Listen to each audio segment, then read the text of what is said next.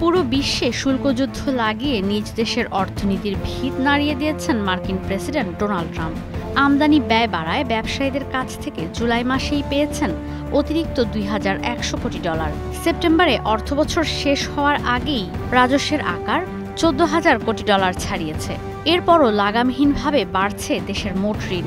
মঙ্গলবার প্রথমবারের মতো এই অঙ্ক ছাড়িয়েছে $37 লাখ কোটি। বছর ব্যবধানে বাজেট ঘাটতি বেড়েছে $29,000 কোটি। দেশটির মোট ঘাটতি এখন $1.5 লাখ কোটি ওপরে। বাড়ছে বাণিজ্য ঘাটতিও, অবস্থান হারাচ্ছে ডলার। বুধবার গুরুত্বপূর্ণ অনেক মুদ্রার বিপরীতে কমেছে শক্তিশালী এই মুদ্রার মান। জাপানি yen, Swiss franc, Canadian dollar, euro আর পাউন্ডের বিপরীতে 0.43% কমেছে ডলারের মূল্যমান। জুলাই নাগাদ মূল্যস্ফীতি খুব বেশি না বাড়লেও বিশ্লেষকরা বলছেন দ্রুতই এই চাপ এসে পড়বে মার্কিন জনগণের ওপর। পাল্টা শুল্ক কার্যকরের পর থেকে মার্কিন খুচরা বিক্রেতা প্রতিষ্ঠানগুলো পণ্যের দাম বাড়াতে নতুন ট্যাগ লাগানো শুরু করেছে। এর মধ্যে রয়েছে বিশ্বখ্যাত ওয়ালমার্ট, টার্গেট, নাইকির মতো ব্র্যান্ড। বাড়তে পারে চামড়ার জুতা, ব্যাগ, পোশাক ও গাড়ির দাম। এতে মূল্যস্ফীতি আরও বেড়ে যাওয়ার শঙ্কায় আছেন মার্কিনরা।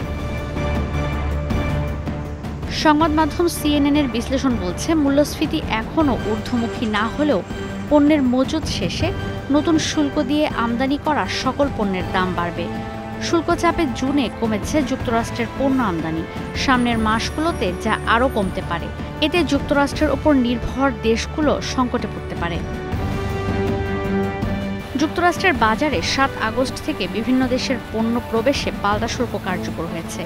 ইন্দোনেশিয়া ও কম্বোডিয়ার পণ্যে 19%, ভিয়েতনাম ও বাংলাদেশি পণ্যে 20%, ভারতের পণ্যে 25% হারে শুল্ক বসেছে।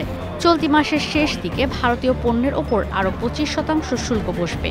শুল্ক চুক্তি না হওয়ায় এখনও স্থগিত চীনা পণ্যের শুল্ক আরোপ। ঈশিতা ব্রহ্ম, স্টার নিউজ।